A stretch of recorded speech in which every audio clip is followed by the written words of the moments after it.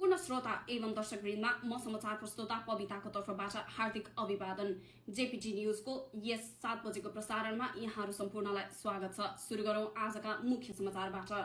नेपालभर गफाडी रोग तीव्र गतिमा फैलियो। स्वास्थ्य मन्त्रालयलाई यसप्रति ध्यान आकर्षण गर्न चिकित्सकहरूको आग्रह।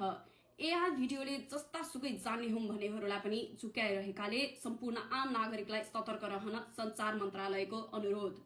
अब समाचार विस्तारमा।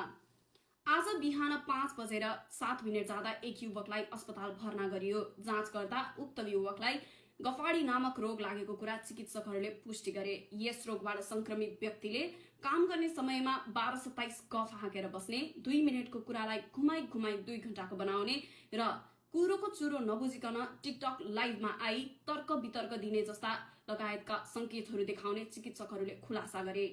घर घरमा फैलिसकेको यस रोगको उपचार अझै पनि पत्ता नलागेकाले संक्रमित व्यक्तिहरूबाट टाढा रहने सुझाव चिकित्सकहरूद्वारा हामीले प्राप्त गर्यौं।